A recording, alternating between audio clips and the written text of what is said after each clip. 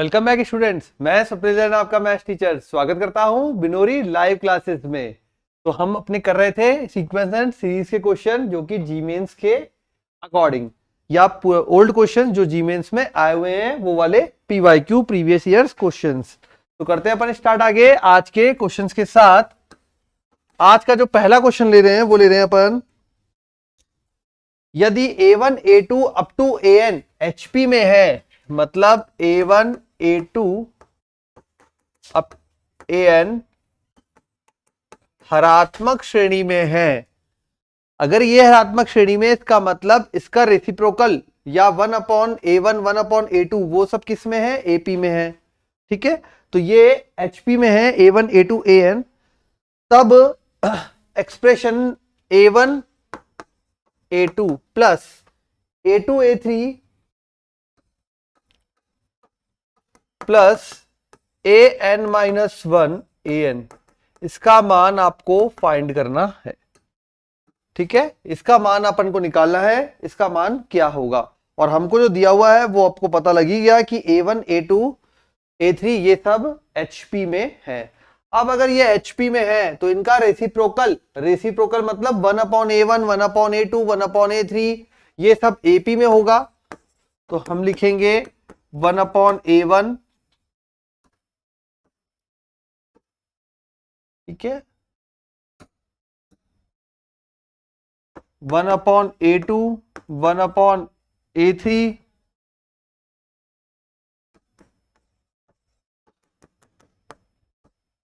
ये हो जाएगा अपने पास 1 अपॉन AN होगा समांतर श्रेणी में। अब अगर ये समांतर श्रेणी में होगा तो अपन D क्या बोलेंगे? D बोलेंगे 1 upon A2 minus 1 upon A1, second minus first. ठीक है, इसी प्रकार से और क्या बोल सकते हैं? थर्ड माइनस सेकेंड, और क्या बोल सकते हैं? 1 upon AN minus 1 upon AN minus 1। ठीक है, ये अपना हो जाएगा D का मान। अब इस D के मान के अकॉर्डिंग अगर हम बात करें कि वैल्यू क्या बैठेगी तो हमको बोला गया है A1 A2 is equal to, मतलब अपन को बोला गया है बेटा यहां पे ये HP में है तो 1 अपॉन A1 1 अपॉन A2 जो बनेगा अपना वो बन जाएगा AP में। ये बात समझ में आ गई आपको। फिर बोला A1 A2 A2 A3 AN minus 1 AN, मतलब दो के गुणनफल का योग, उसका मान हमें फाइंड करना है। दो के गुणनफल का योग बोला है। अब पहले अपन ये देख लेते हैं कि A1 A2 क्या बनेगा। तो A1 A2 बनेगा अपने पास A1 A2 बराबर ये बन जाएगा A1 माइनस A2 बटा D। ठीक है, अब ये यहां पे A1 A2 का मान आ गया A1 माइनस A2 बटा D। इसी प्रकार A2 A3 क्या बनेगा? इसी प्रकार बनेगा A2 A3 बराबर A2 माइनस A3 बटा D। और आगे बढ़ेंगे तो देखो यहां पे 2 3 है, फिर 3 4 4 5 और लिख सकते हैं अपन n माइनस 1 n। तो ये बन जाएगा an माइनस 1 मल्टीप्लाई an बराबर an minus 1 minus an upon D. ठीक है, ये बन जाएगा हमारे पास। तो अपन कह सकते हैं A1 A2 plus A2 A3 plus AN minus 1 AN is equal to, इन सबको अपन जोड़ेंगे तो ये माइनस का A2 अपॉन डी, ये प्लस का A2 अपॉन डी, फिर आएगा माइनस का A3 अपॉन डी, फिर प्लस का A3 अपॉन डी, और ये सारी टर्म्स अपनी कट जाएंगी। तो अपने पास फाइनल बचेगा A1 minus AN upon D. अब A1 minus AN upon D ये अपन यहां पे निकाल चुके हैं। अब बात करें अगर पहले दूसरे nवें पद की तो 1 अपॉन AN nवा पद बराबर पहला पद plus n minus 1 multiply D. ठीक है, तो यहां हम बोल सकते हैं कि भाई A1 माइनस an, ये हो जाएगा 1/an minus 1/a1 is equal to n minus 1 multiply d। तो A1 minus an upon A1 an बराबर n माइनस 1 मल्टीप्लाई d। ठीक है, तो A1 minus an upon d अपन को चाहिए, तो A1 an मल्टीप्लाई n आ गया यहां से। तो A1 माइनस an बटे d equal to A1 an multiply n minus 1। ठीक है, तो A1 minus an upon d का मान आ गया अपने पास n minus 1 multiply A1 multiply में an। आ गया समझ में? ये अपन ने लगाया है nवा पद, nवा पद का फॉर्मूला लगाया है an बराबर पहला plus n minus 1 multiply d। इसमें तो आपको कोई प्रॉब्लम होनी नहीं चाहिए बेटा, इजी सा है। an बराबर a plus n minus 1 multiply d पढ़ा है, वहीं से अपन ने यहां पे अप्लाई किया है। ठीक है, तो ये होता है क्वेश्चन फर्स्ट कंप्लीट। आंसर आएगा A1 an multiply n minus 1। और ये था अपना 2006 का क्वेश्चन। 2006 में ये क्वेश्चन आया था AIEEE के अंदर। चलिए चलते हैं नेक्स्ट क्वेश्चन पे। क्वेश्चन नंबर सेकंड आज का क्वेश्चन है, जीपी जो है वो पॉजिटिव टर्म्स क्या है? जीपी में पॉजिटिव टर्म्स है, each term equals the sum of the next two terms. प्रत्येक पद जीपी में, प्रत्येक पद उसके अगले दो पदों के योग के बराबर है। प्रत्येक पद उसके दो अगले पदों के योग के बराबर है। तब आपको R फाइंड करना है, या बोल दीजिए कॉमन रेशियो जिसे अपन बोलते हैं सार्व अनुपात, वो फाइंड करना है क्वेश्चन नंबर नेक्स्ट में। तो ये अपने को बोला गया है भाई, जीपी में प्रत्येक पद उसके दो अगले पदों के योग के बराबर है। तो जीपी के पद क्या होते हैं? जीपी के पद अपने रहते हैं ए आर स्क्वायर। जीपी के पद तो पता है सबको, A are square, A R cube, A R, next आ जाएगा अपने पास लास्ट में ए आर की पावर n माइनस 1। ठीक है, फिर आगे बढ़ते रहोगे तो A R power n plus 1 और आगे चलता रहेगा जितना आप चलाना चाहो। n पद के लिए चलाओगे तो ए आर की पावर n माइनस 1 पे रुक जाएगा, बट आप n से भी आगे चलाना चाहते हो तो चलता रहेगा। अब यहां पे अपन को बोला गया है कि भाई कोई भी पद उसके अगले दो पदों के योग के बराबर है। ठीक है, तो मैं यहां पे लेता हूं a बराबर a प्लस ए बराबर a r plus A R square, तो आर प्लस आर स्क्वायर, तो r plus r square equal to 1 आ गया। अगर इसे अपन इक्वेशन की तरह ले तो ये बन जाएगी अपनी द्विघात समीकरण, जो देगी r square plus r minus 1 equal to 0। यहां पे आप लगाएंगे धराचार्य सूत्र, गुणनखंड नहीं मिल रहे तो धराचार्य सूत्र लगाओ। तो a बन रहा है यहां पे 1, b बन रहा है 1 और c बन रहा है माइनस 1। धराचार्य बोलते हैं minus b plus minus under root b square minus 4ac upon में 2a। ठीक है, तो r बराबर क्या बना?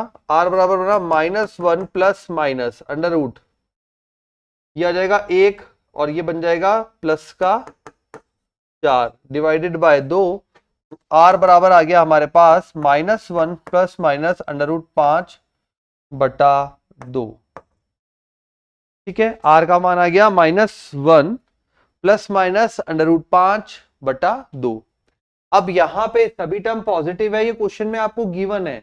अगर टर्म पॉजिटिव है तो देखो यहां पे अगर मैं यहाँ पे प्लस और माइनस दोनों में से कौन सा मान लेना है आर का, वो यहां से डिसीजन लेना है।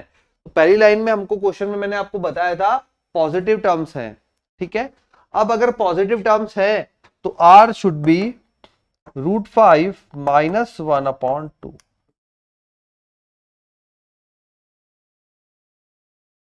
ठीक है, बिकॉज क्योंकि all terms are positive, so r will be positive. सभी पद धनात्मक है, इसलिए आर का मान क्या होता है, सेकंड अपॉन फर्स्ट होता है। तो जब सभी पद धनात्मक है तो आर का मान भी धनात्मक होगा।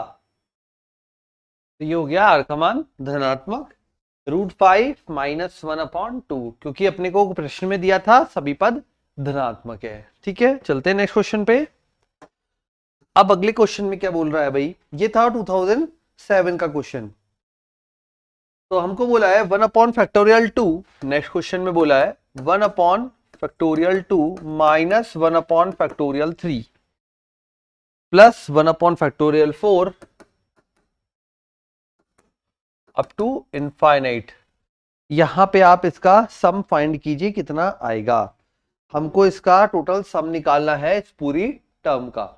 अब अगर ध्यान दे बेटा तो यहां पे जो ऑप्शन में भी क्वेश्चन में दिया है वो अपन को बोला है, ठीक है, ऑप्शन जो दिया है वो ई की पावर में दिया है। तो सबसे पहले अपन के दिमाग में ये आएगा भाई √2, √3, √4 प्लस माइनस में दे रखा है। तो ई की पावर एक ऐसी सीरीज थी जिसके अंदर 1 + x+x² और इस तरीके से था अपने पास। तो मैं लिख देता हूं पहले आपको e की power x 1 + x+x² plus x³ और x4 and so on up to infinite था। इसको अपन ये भी बोल सकते हैं, ठीक है। अब अगर e की पावर -x है तो 1 - x/1 plus x² minus x³ plus x4 up to infinite. यहां तक हो गया अपना डिटेल, ठीक है। अब ये तो अपन ने बना दिया जो अपने को गिवन था उसके अकॉर्डिंग। अब यहां देखिए सिमिलरिटी चेक कीजिए, 1/2 पॉजिटिव माइनस 1/3 प्लस 1/4 बन जाएगा। क्या इसको मैं यूज में लूं, इसमें क्या मान रखूं x का कि ऊपर 1 आ जाए। x का मान 1 रख सकते हैं, 1 रखूंगा तो यहां आ जाएगा 1/2 minus 1/3 plus 1/4 up to infinity. तो x का मान 1 आपने खुद ढूंढ लिया कि भाई क्या रखने पे x का मान 1 बन जाएगा। तो x बराबर अपन रख देते हैं यहाँ पे, ठीक है, 1। जैसे ही मैं x बराबर 1 रखता हूं इसमें e की power -1 = 1 minus 1 plus 1/2 minus 1/3 plus 1/4 up to infinite. 1 - 1 cancel हो गया, e की पावर -1 = 1/2 1/3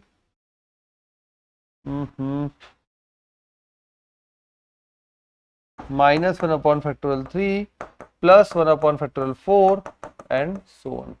यही तो आपको फाइंड करना था, 1/2 माइनस 1/3।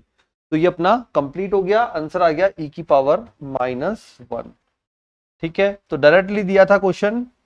अब जो स्टूडेंट यहाँ पे सीरीज आइडेंटिफाई कर गए वो फटाफट आंसर हो जाएगा, लेकिन जो सीरीज आइडेंटिफाई नहीं कर पाए बेटा तो फिर आपको दिक्कत आएगी कि करेगा होगा कैसे, ठीक है। चलिए चलते हैं नेक्स्ट क्वेश्चन पे जो आज का है क्वेश्चन नंबर 4। अब आज के क्वेश्चन नंबर 4 में बोला है हमें first 2 terms of a GP add up to 12। मतलब ये बोल रहा है कि फर्स्ट 2 टर्म का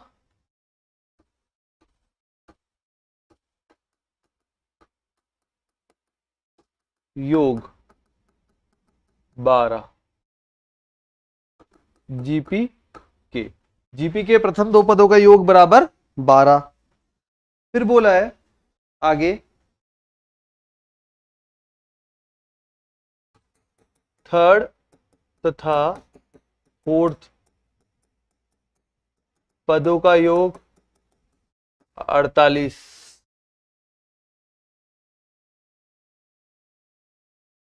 यदि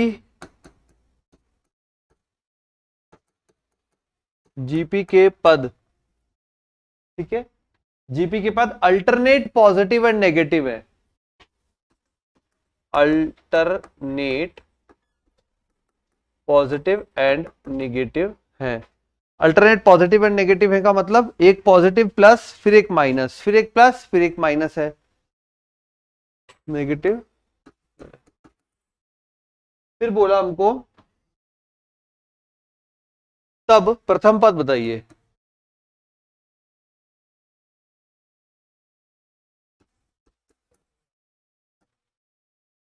ठीक है, तब प्रथम पद ज्ञात कीजिए।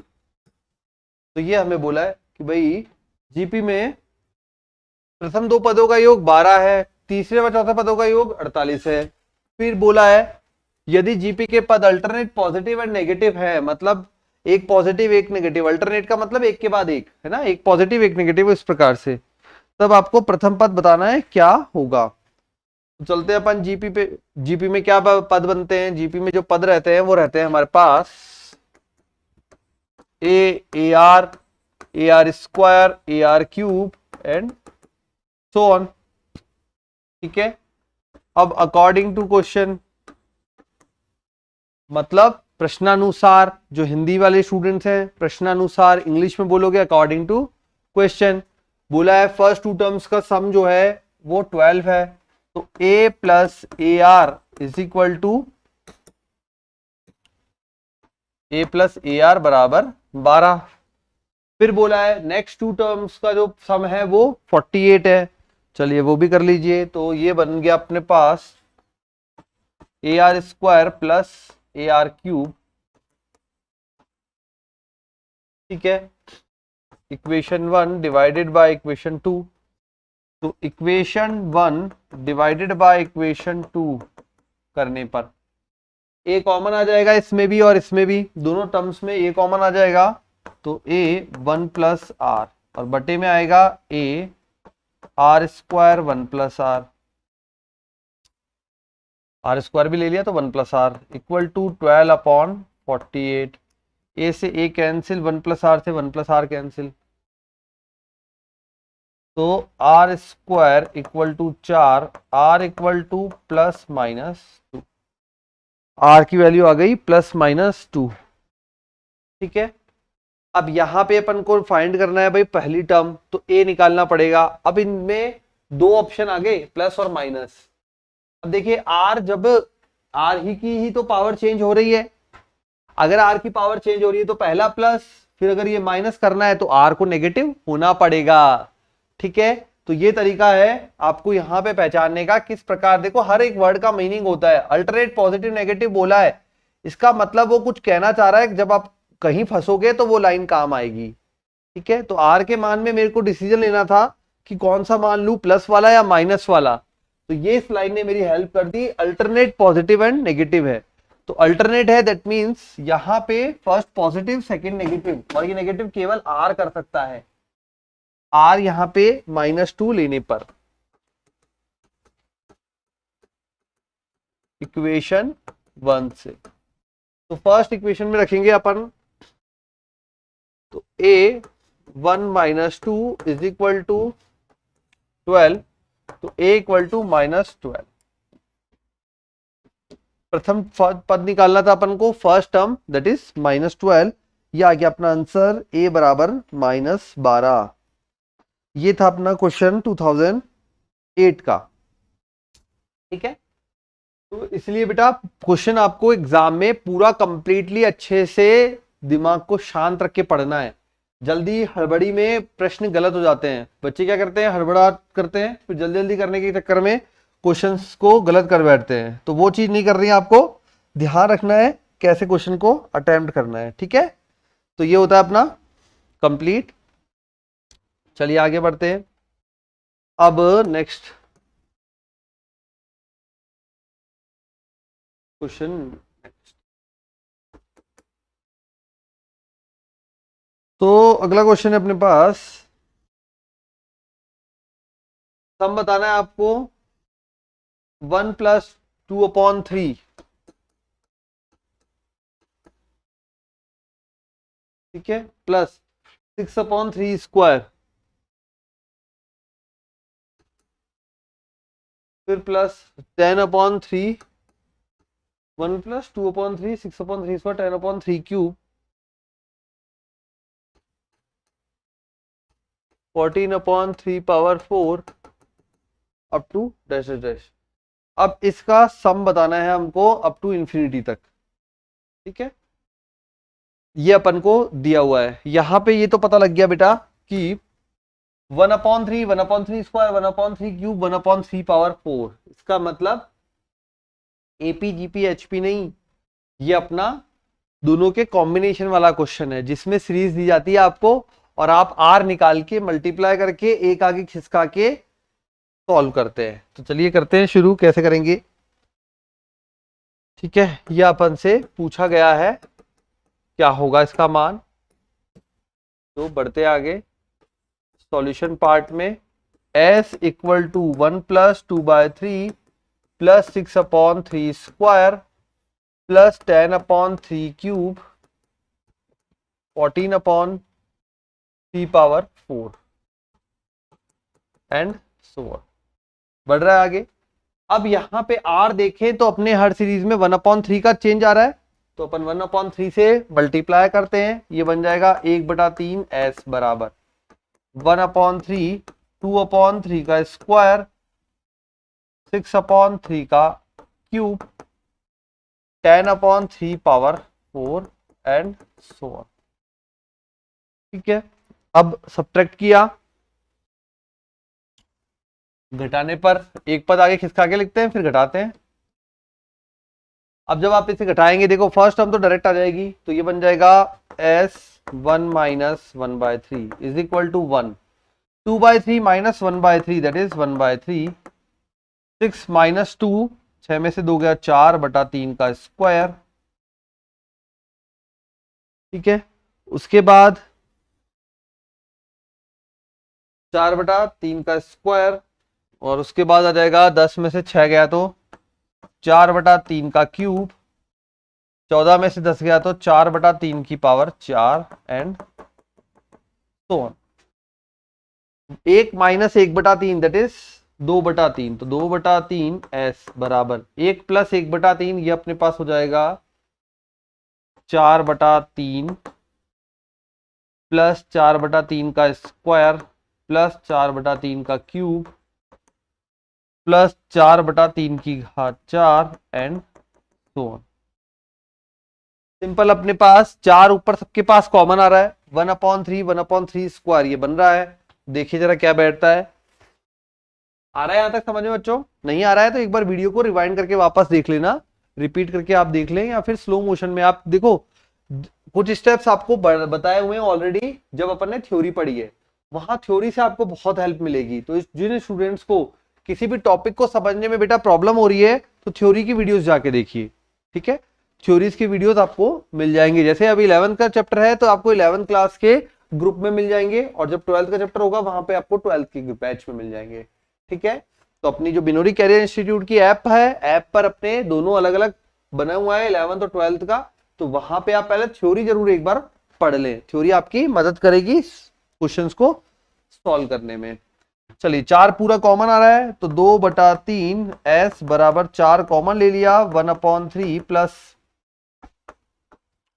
Square 3³ 3⁴ so on. ये अपने 2 बार कट जाएगा तो अपने पास आ जाएगा यहां पे s इक्वल टू, देखो 3 2 6 a/1 - r, ये बन जाएगा 6 मल्टीप्लाई 1/3 मल्टीप्लाई 2/3 दैट इज 3/2, 3 से 3 कट गया ठीक है, ये इस प्रकार से अपना मान आ जाएगा। तो ये देगा अपने को s बराबर 3। तो s का मान यहां पे आ रहा है 3। ये होगा अपना फाइनल आंसर। ठीक है, तो इस प्रकार से श्रेणी के क्वेश्चंस भी आते हैं बेटा। ये फॉर्मूला यूज किया है, a बटा 1 माइनस आर। एस इंफिनिटी अनंत पदों का योग, जो गुणोत्तर श्रेणी होती है उसके अनंत पदों का योग अपना होता है a अपॉन 1 माइनस आर। वो यूज किया है यहां पे, a अपॉन 1 माइनस आर।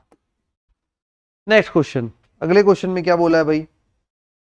अगले क्वेश्चन में बोल रहा है दो स्टेटमेंट है, अब आपको बताना है कौन सा ट्रू है कौन सा फॉल्स है। तो पहला स्टेटमेंट कह रहा है variance of first n even natural number is n square minus 1/4। मतलब ये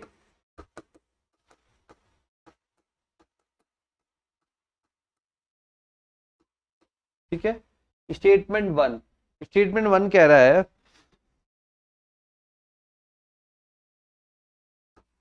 एन इवन नेचुरल नंबर। ठीक है, प्रथम एन सम प्राकृत संख्याओं का प्रसरण एन स्क्वायर माइनस 1/4 होता है। हमको बोला है प्रथम एन सम प्राकृत संख्याओं का प्रसरण। तो एन सम प्राकृत संख्या का प्रसरण एन स्क्वायर माइनस 1/4 है। ये पहला स्टेटमेंट है हमारा, करेक्ट है, ट्रू है या फॉल्स है, ये आपको बताना है। उसी के साथ में स्टेटमेंट सेकंड है, वो स्टेटमेंट है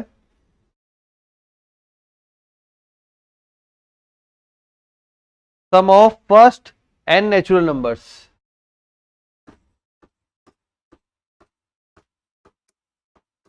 प्रथम एन प्राकृत संख्याओं का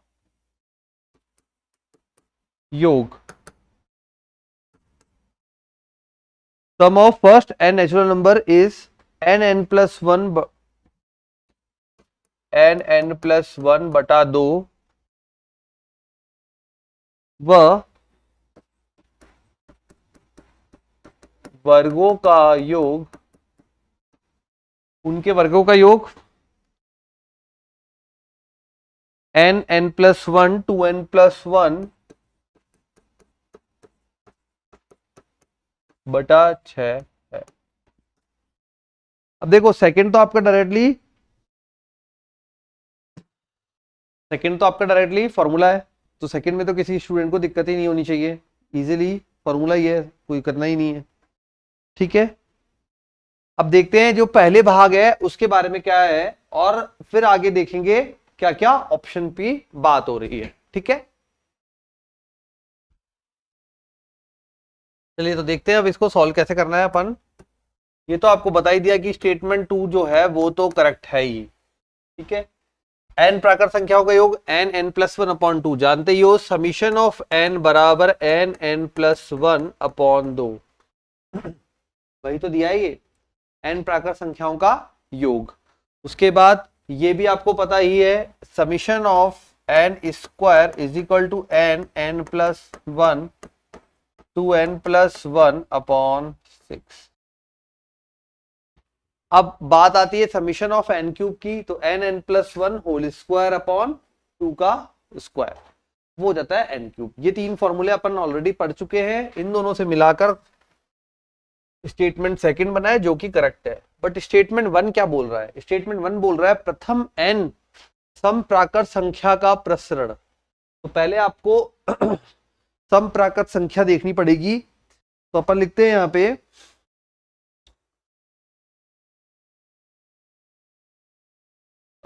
स्टेटमेंट वन के लिए।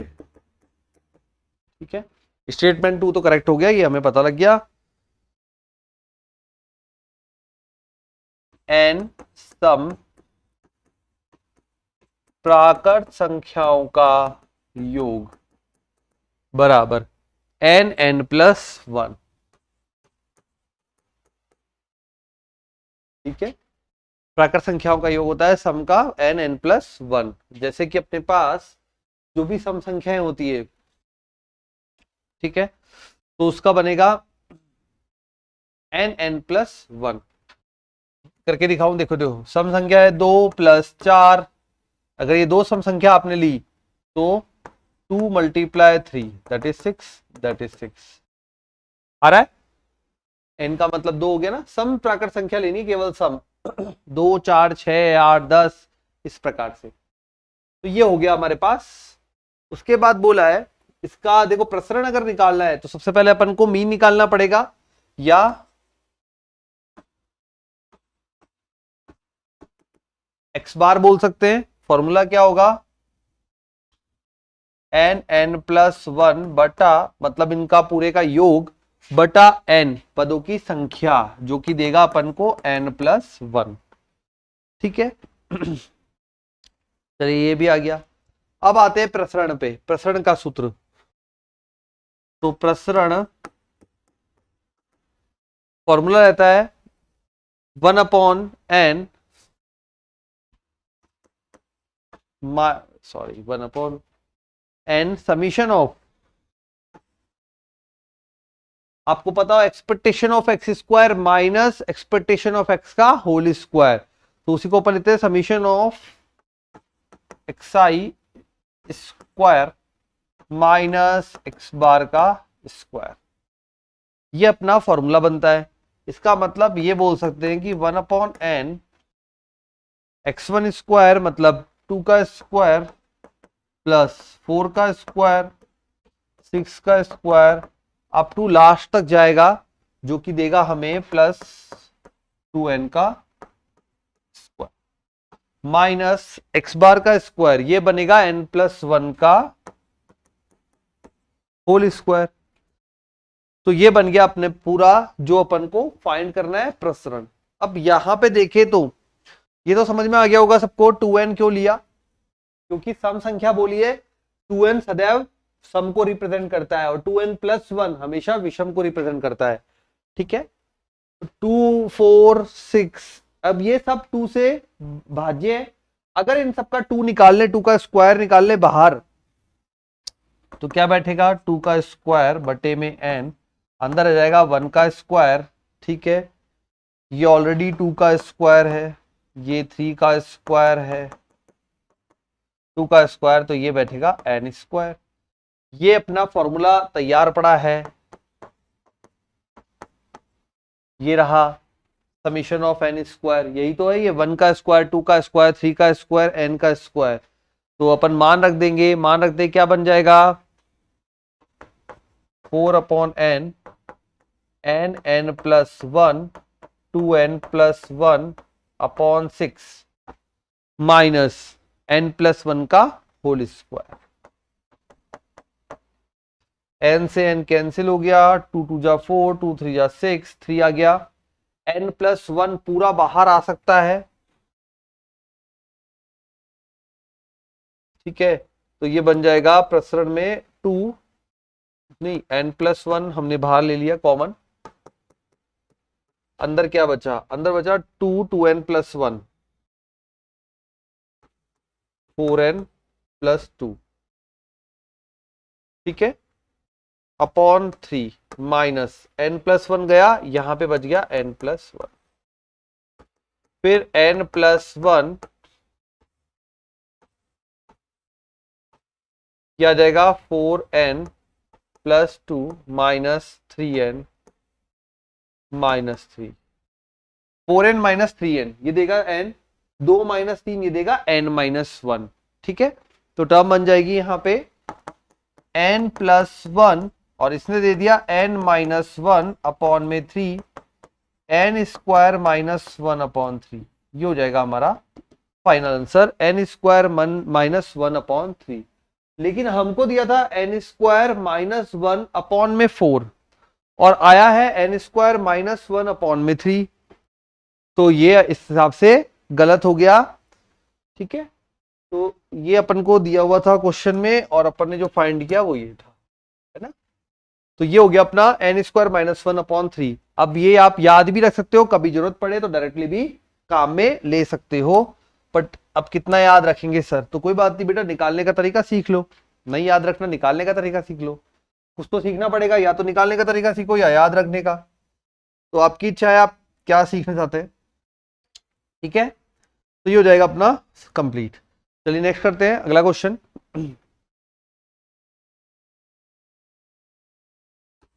नेक्स्ट क्वेश्चन है, तो इसका आंसर क्या हो गया। स्टेटमेंट 1 गलत है, स्टेटमेंट 2 करेक्ट है।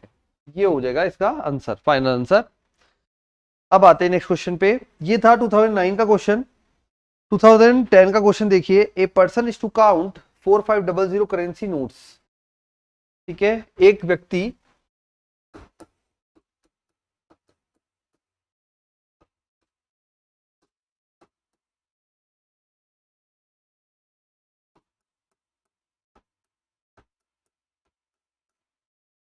गिनता है, 4500 करेंसी नोट गिनता है। If a n denote number of notes he counts in the nth minute. ठीक है, यदि ए एन जो है वो डिनोट करता है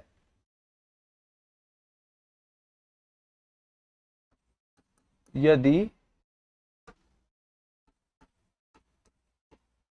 ए एन व्यक्ति द्वारा n मिनट में, ठीक है, व्यक्ति द्वारा n मिनट में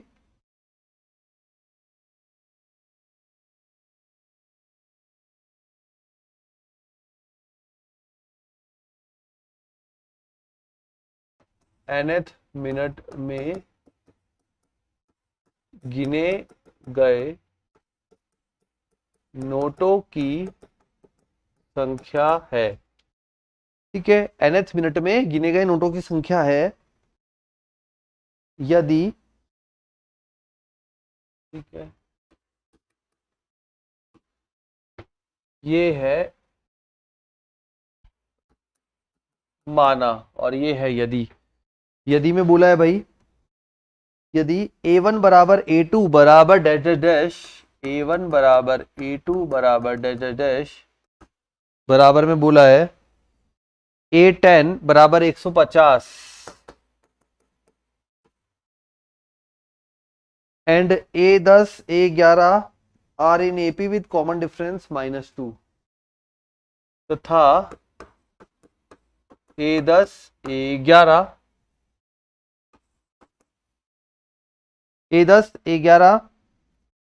dash dash in AP D बराबर -2।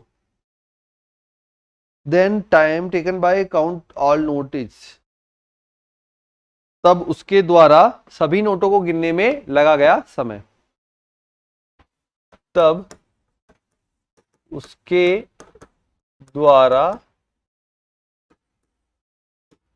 सभी नोटों को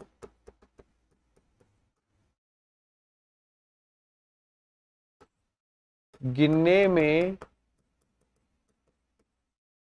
लगा समय। ठीक है, तो ये आपको पूछा गया है, वापस से देख लीजिए। एक व्यक्ति 4500 नोट गिनता है, करेंसी नोट जो है 4500 वो गिनता है। माना व्यक्ति द्वारा एन जो है वो nth मिनट में गिने गए नोटों की संख्या है। यदि A1 A2 AN बराबर 150 है, A10 A11 dash dash AP में है और उनका जो D दिया हुआ है वो -2 दिया हुआ है, तब उसके द्वारा सभी नोटों को गिनने में लगा गया समय आपको बताना है। तो बेटा क्वेश्चन में दिया है एक व्यक्ति 4500 करेंसी नोट्स को गिनता है। माना एन जो है वो व्यक्ति द्वारा nth मिनट में गिने गए नोटों की संख्या है। A1 A2 A10 अपने पास 150 है। अब 150 है और A1 150 A2 भी 150, मतलब ये क्या कहना चाह रहा है, देखो एक मिनट में 150, 2 मिनट, दूसरे मिनट में भी 150, तीसरे मिनट में भी 150, तो 10 मिनट तक उसने अगर 150 पर मिनट, मतलब हर मिनट में उसने 150 नोटों को गिना है, तो 10 मिनट में कितने हो जाएंगे 1500। तो अपन क्या लिख सकते हैं कि 10 मिनट में गिने गए नोटों की संख्या बराबर 150 गुणा 10 1500। तो 1500 नोट गिने उसने 10 मिनट में। ठीक है, अब 10 मिनट में भाई 1500 नोट गिन दिए, अब बचे कितने नोट अपने पास? 4500 माइनस 1500, शेष नोट बराबर 4500 माइनस 1500 बराबर 3000। अब उसके द्वारा सभी नोटों को गिनने में लगा समय। तो पहले 10 मिनट में तो भाई उसने 1500 नोट गिन दिए, अब उसकी एफिशिएंसी घट गई होगी, थक गया होगा, नहीं तो वो एक साथ ही गिनते चला जाता 150 के 150 हर मिनट के हिसाब से, पर थक गया तो एफिशिएंसी घट गई। अब अगले जो 3000 नोट है उनको गिनने में लगा समय, अपन को निकालना है और फिर दोनों को जोड़ देना है। तो 3000 बराबर n/2, एपी में है ना भाई, बोला है ना, A10 11 12 यहां से एपी में के अंदर आ गए। तो 3000 बराबर n/2 2a, 2 मल्टीप्लाई a। ठीक है, क्योंकि d बराबर -2 है, इसलिए उसके हिसाब से अपन देख रहे हैं। तो ये हो जाएगा अपने पास 2a plus n-1 multiply d। तो देखो यहां पे a क्या होगा, 150 जो पहले से गिन रहे थे। ठीक है, तो अगला जो बनेगा वो 148, okay, plus n-1 multiply d। अब यहां पे आपको n की वैल्यू फाइंड आउट करनी है, देख लेते हैं n कैसे निकालेंगे। तो यहां ये बन जाएगा अपने पास 3000, 2 6000 है ना, 2 तो कट रहा है, तो 3000 बराबर, देखो ये 2 से 2 कट जाएगा 148 n, ये 2 भी कट जाएगा तो माइनस n स्क्वायर प्लस का 1 मतलब n, तो 149 n, तो यह आ जाएगा n square minus 149 n plus 3000 बराबर 0। जब n का मान कैलकुलेट करेंगे तो n के 2 मान आएंगे। ठीक है, एक तो आएगा 125 और एक आएगा 24। ए एन के 2 मान आ रहे हैं 125 एंड 24, हो जाएगा क्या ये 125 24, यस, गुणनखंड बनेंगे ना, तो आ जाएगा n बराबर 125 और 24, 2 मान आ रहे हैं 125 और 24 बन जाता है अपना 149। ठीक है, अब इन दोनों मानों में कौन सा पॉसिबल है और कौन सा पॉसिबल नहीं है। अब n का मान 125 पॉसिबल नहीं है, तो टोटल टाइम कितना लगेगा, तो टोटल टाइम अपने पास ये not possible case, this is possible case, तो अपन n लेंगे, n बराबर 10 मिनट। ठीक है, टोटल लगा समय,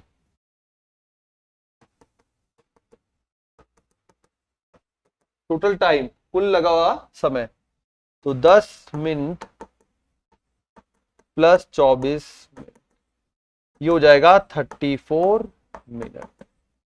तो टोटल नोटों को गिनने में लगेगा 34 मिनट। ठीक है, 10 मिनट तो शुरू के नोटों को गिनने में लगा और लास्ट के नोटों को, जो 3000 नोट बच गए थे उनको गिनने में लगा 24 मिनट। ठीक है, एफिशिएंसी घट गई, यहां पे भी देखो क्वेश्चन में भी एफिशिएंसी घट रही है, ध्यान रखना है, इस तरीके से क्वेश्चन को सॉल्व करना है। ठीक है, चलिए आगे बढ़ते हैं। अगला क्वेश्चन बोला है, यस, हाँ, बोला है अपन को 0.7, अब ये क्वेश्चन आपको कराया हुआ है ऑलरेडी, 0.7 प्लस 0.77 प्लस 0.777 और इस तरीके से फर्स्ट 20 टर्म का सम निकालना है अपन को। ठीक है, प्रथम 20 पदों का योग बताइए। ये कराया हुआ है जब थ्योरी पढ़ाई है बेटा, सीक्वेंस एंड सीरीज की जहां थ्योरी पढ़ाई है वहां पे इस प्रकार की सीरीज सॉल्व करना भी समझाया था। जिन स्टूडेंट्स ने पूरे वीडियोस देखे हैं उनको तो मिल जाएगा, जो नहीं देखे वो वहां पे जाके देख लें, पढ़ लें और सीख लें। फिर भी मैं यहां पे करा देता हूं। तो आपको दिया हुआ है 0.7 प्लस 0.77 प्लस 0.777 और आगे ऐसे बढ़ता रहेगा, एक और 7 बढ़ जाएगा और चलता रहेगा। तो इसमें करना क्या है, सबसे पहले 7 को कॉमन लेना है आपको। जैसे ही आप 7 कॉमन लोगे अंदर बनेगा 0.1 0.11 0.111 एंड सो ऑन। ठीक है, अब 9 से गुणा भाग करेंगे, 9 से गुणा भाग करेंगे। गुणा वाला अंदर, भाग वाला बाहर बैठा हुआ है। अब हम इसको लिख सकते हैं 7/9 10 माइनस 1। ठीक है, उसके बाद 10 माइनस 1 नहीं, सॉरी, क्यों देगा 1 माइनस 0.1 माइनस 0.1। ठीक है, उसके बाद नेक्स्ट वाला हो जाएगा 1 माइनस 0.01। नेक्स्ट हो जाएगा 1 माइनस 0.001। फिर 7/9 ये देगा हमें 1 जो है बार बार हर टर्म में ऐड होगा। अपन को 20 पदों का निकालना है, 20 पदों का। तो 20 के अकॉर्डिंग जब आप एक को जोड़ोगे 20 पदों के लिए तो 1 + 1 2 + 1 3 और 20 तक जाएगा तो 20 आ जाएगा। अब आ जाओ माइनस। अब अंदर वाली टर्म पे आते हैं। अंदर वाली टर्म क्या बनेगी, 1/10 1/100 1/10 की घात 3 1 2 3 और सो ऑन 10 की घात 20 तक जाएगी। ठीक है, 20 पद बोले हैं तो 20 तक जाएगी, 21 बोलता है 21 तक जाती, और इस प्रकार अपना सेट बन गया। अब केवल आपको इस पदों का योग निकालना है। ये आपको पता लग रहा है जीपी दे रखी है, जीपी का सम होता है एसएन बराबर ए गुणा, अब आर यहां पे छोटा है तो 1 माइनस, ठीक है, अपॉन में 1 माइनस आर और ऊपर 1 माइनस आर की पावर एन। या अपन लगा देते हैं यहां पे, तो ये बन जाएगा मेरे लिए 7/9 20 माइनस, ठीक है, एसएन का फॉर्मूला लगा रहे हैं, आर बन जाएगा 1/10 पावर n-1 होती है तो यहां पे बन जाएगा बटे में 1 माइनस 1/10। तो 1/10 ए गुणा आर की power n upon 1 minus r. ठीक है, वैल्यू पुट कर दी, सॉल्व कर देते हैं। अरे 1 माइनस नहीं लगाया क्या,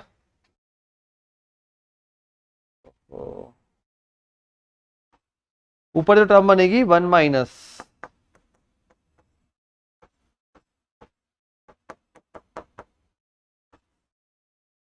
ठीक है, तो ये यहां पे हो गया। अब वैल्यू अपन यहां पे सॉल्व करेंगे, तो सॉल्व करने पे क्या बनेगा 7/9 20 माइनस 1/10, 1 माइनस 1/10 9/10। ठीक है, 9/10, 9 नीचे जाएगा 10 ऊपर जाएगा, 10 तो 10 कट जाएगा, 9 नीचे रह जाएगा तो 1 माइनस 1/10 की पावर 20। ठीक है, ये हो जाएगा यहां पर वैल्यू।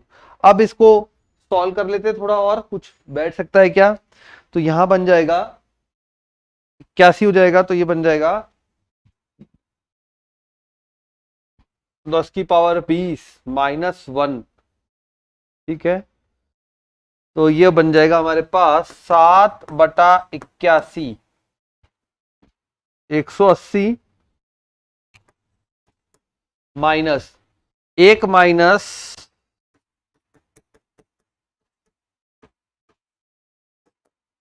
और अगर सॉल्व करना चाहें तो क्या कर सकते हैं इसमें 7/81 180 माइनस 1 179 माइनस माइनस प्लस 10 की घात -20।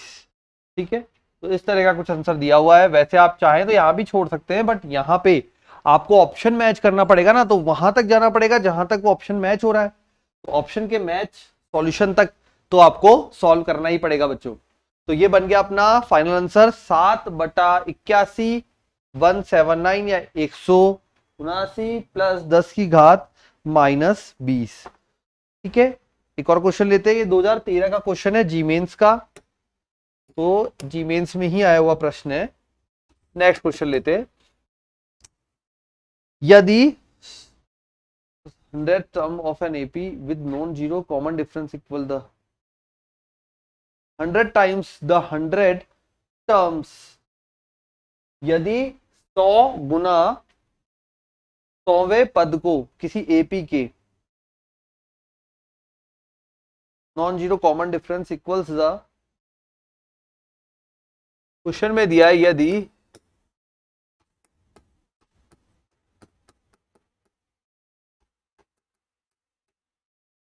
100 गुना 100वां पद बराबर हो 50 गुना 50वें पद के, तब 150वां पद बताइए। तब 150वां पद बताइए। ठीक है, तब 150वां पद बताइए। यहां डी अशून्य है। डी का मान है वो अशून्य है, मतलब नॉन जीरो है। तो 100 गुना 100वां पद 50 गुना 50वें पद के बराबर है। अब आपको बताना है यहां पे कि 150वें पद के बारे में क्या कहना है। चलिए देखें क्या कहना है भाई। ए 100 मल्टीप्लाई 100 बराबर 50 मल्टीप्लाई ए 50।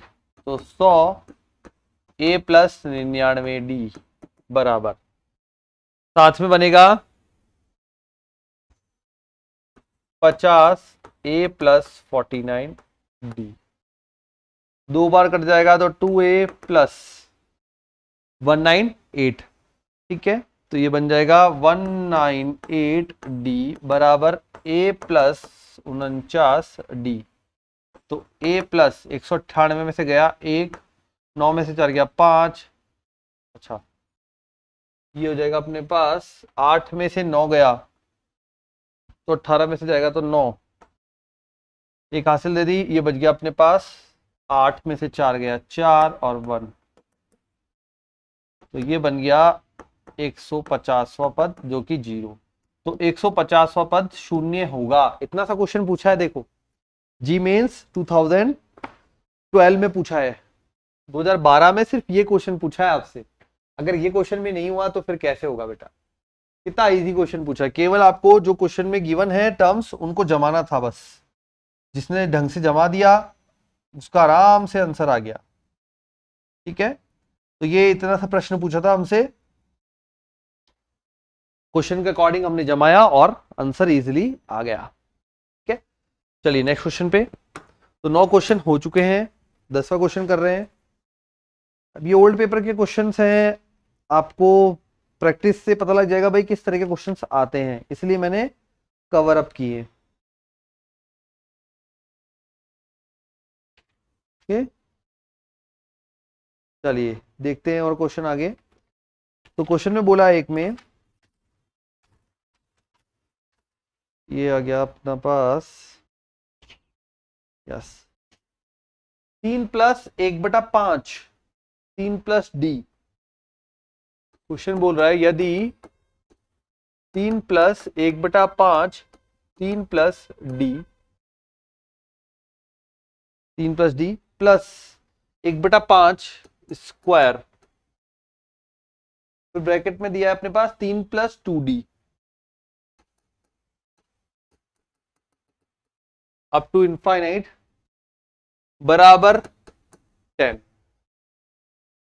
तब आपको डी की वैल्यू फाइंड करके देनी। ये हमसे बोला गया प्रश्न में, यदि 3 प्लस 1/5 3 प्लस डी प्लस 1/5 का square 3 plus 2d up to infinity बराबर 10, तब आपको डी का मान देना है। ये इंफिनिटी की वैल्यू है, यहाँ पे इंफिनिटी तक जा रहा है ना। करते हैं हल और देखते हैं क्या मान आता है। तो 10 बराबर यहां दे रखा है 3 प्लस 1/5 3 प्लस डी प्लस 1/5 का square 3 plus 2d up to infinite. ये तो आ गया भाई, जो दिया हुआ है वो लिखा है यहाँ पे और कुछ नहीं। अब अपन आगे क्या करें, आगे अपन क्या करते हैं, यहाँ पे 5 से मल्टीप्लाई करें अगर तो क्या बैठेगा, देखते हैं क्या वैल्यू बन सकती है। तो ये अपना क्वेश्चन है 10 जो दे रखा है वो दे रखा है 3 प्लस 1/5 3 प्लस डी फिर 1/5 स्क्वायर या 1/25 3 plus 2d plus up to infinity. अब आपको याद हो तो अपन जो सीरीज इस प्रकार की आती है उनको कैसे सॉल्व करते थे, r से मल्टीप्लाई करके एक पद आगे बढ़ाकर लिखते थे। दोनों तरफ r बराबर 1/5 से गुणा करने पर, ठीक है। तो यहां पे जब अपन 1/5 से गुणा करेंगे तो क्या बन जाएगा,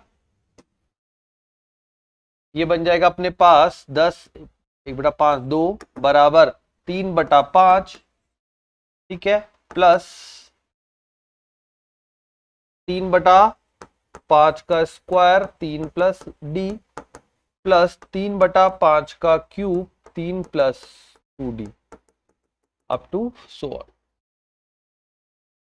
तो 3/5 का स्क्वायर 3 प्लस डी और ये अपन सब्ट्रैक्ट करते हैं और देखते हैं यहाँ पे क्या बचेगा। तो ये बन जाएगा ये और ये 10 में से 2 गया 8, 3 का 3 3/5 माइनस 3/5 कैंसिल हो गया, बच गया d/5, ठीक है। फिर आगे बढ़ते हैं, ये आ जाएगा 3/5 और ये कैंसिल हो गया, तो 3/5 का स्क्वायर और यहां बनेगा माइनस का 9/5 का स्क्वायर प्लस 1/5 का स्क्वायर आएगा। सॉरी ये मिस्टेक हो गई यहाँ पे, पता नहीं,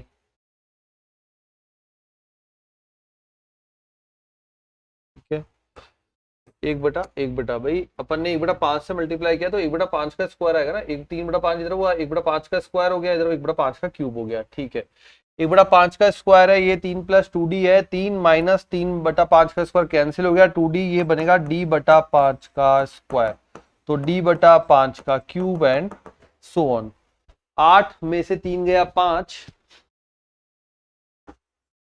बराबर d कॉमन 1/5 प्लस 1/5 का स्क्वायर प्लस 1/5 का क्यूब तो ऑन अप टू इनफाइनाइट के लिए था, डी का मान निकालना था। तो 5 बराबर डी मल्टीप्लाई में a/1 माइनस आर, ए प्रथम पद 1 माइनस 1/5, तो ये बच गया हमारे पास 5 बराबर डी मल्टीप्लाई में 1/5 बटे में 4/5, 5 से 5 कैंसिल, 5 बराबर d/4, d बराबर 20, ठीक है। तो d का मान आ गया यहाँ पे 20, ये अपना d अपन को कैलकुलेट करना था, d का मान आ गया 20, ठीक है, हो गया ये फाइनल आंसर। चलिए नेक्स्ट करते हैं, नेक्स्ट क्वेश्चन। अगले क्वेश्चन में गिवन है कि भाई sum of the squares of first natural and natural numbers exceeds their sum by 330 then n बराबर, मतलब ये बोला है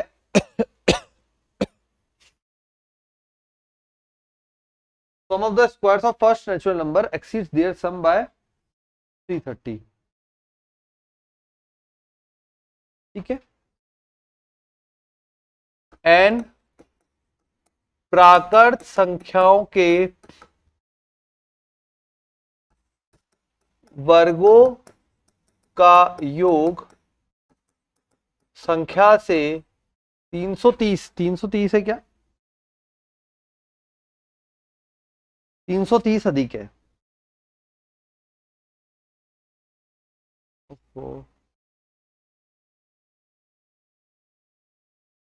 संख्या के योग से 330 अधिक है।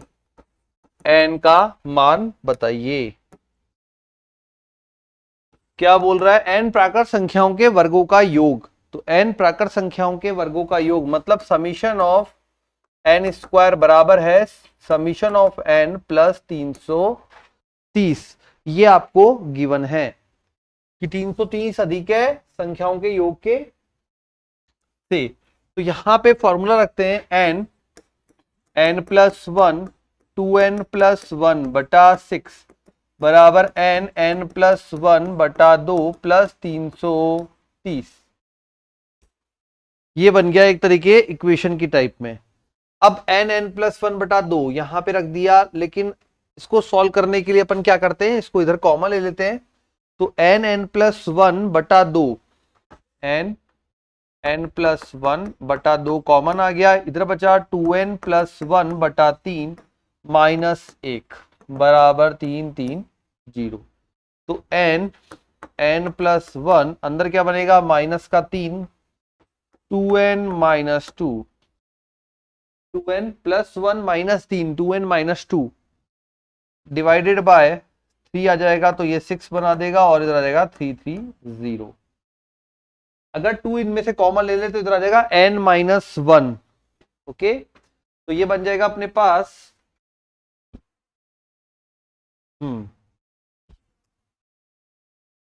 n plus 1 n minus 1 2 common आ गया, नीचे 6 बराबर 330। ये कैंसिल करेगा 3 बार। ठीक है। 330 यदि तीन संख्याओं का गुणनफल 990 आ जाए, ऐसी कौन सी तीन संख्याएं? चले देखे। n माइनस 1 n प्लस 1 बराबर 990। अब यहां पे थोड़ा सा आप अपना कॉमन सेंस यूज कीजिए कि भाई n का मान क्या हो सकता है। आपके पास ऑप्शन वैसे ही होंगे वहां पे अवेलेबल। अब n का मान यदि मैं 10 रखूं तो 10 यहां पे 990 गुणा 11 दैट इज 990। देख लो यहाँ पे। ठीक है, थोड़ा सा अब यहाँ पे कैलकुलेशन करने बैठ जाओगे ना बेटा तो बहुत बड़ा हो जाएगा और आप उलझ जाओगे। ठीक है, थोड़ा सा आपको लॉजिक यूज करना है कि भाई तीनों का गुणनफल 990 आ रहा है, तो एन का मान सेट करके देख लो। जब आप सेट करने के लिए मान रखोगे तो आपको आइडिया लग जाएगा कि कौन सा मान हो सकता है। ठीक है, तो यहां से इसके अकॉर्डिंग बन रहा है एन बराबर 10। 9 में से 10 में से 1 गया 9, 10 खुद 90, 90 गुणा 11 दैट इज 990। ठीक है, तो ये तरीका इजी पड़ेगा। अगर आप पूरा कैलकुलेशन सॉल्व करने बैठ जाओगे तो बहुत लंबा हो जाएगा। अब ये थोड़ा सा आपको according to question according to options logic use करना है बच्चों। ठीक है, ये और देख लेते हैं। तो क्वेश्चन दिया है हमें, yes, a b c d belongs to r plus. Question है नेक्स्ट। देखो 11-12 क्वेश्चन हो ही जाते हैं रोज की क्लास में आपको। तो a b c d belongs to r plus, तो इस बात का ध्यान रखें कि इतने क्वेश्चन की अगर रेगुलर आप प्रैक्टिस कर लेंगे 1 घंटे के वीडियो में तो आप जी मेंस में बहुत अच्छा अटेम्प्ट कर पाएंगे बच्चों। A b c are in AP and b c d are in HP. ठीक है, अपन को बोला है a b c in AP b c d in HP. अब साथ में क्या दिया है भाई, साथ में दिया है कि कौन सी कंडीशन सेटिस्फाई करता है यहां पे, जैसे कि ए बी बराबर सी डी, ए डी बराबर बी सी, इस तरह के अलग अलग कंडीशंस हैं। तो देखते हैं अपन कौन सी कंडीशन सेटिस्फाई होती है अकॉर्डिंग टू क्वेश्चन। ठीक है, तो चलिए शुरू करते हैं। तो करते हैं अपन जो अपने को क्वेश्चन में बोला है उसके अकॉर्डिंग। एबीसी एपी में है तो बी बराबर ए प्लस सी बटा 2। ठीक है, बी बराबर ए प्लस सी बटा 2, या और क्या बोल सकते हैं 2b बराबर ए प्लस सी। बीसीडी एचपी में है तो बीसीडी अगर एचपी में है तो इसके अकॉर्डिंग क्या बनेगा, इसके अकॉर्डिंग बन जाएगा बीसीडी के लिए सी बराबर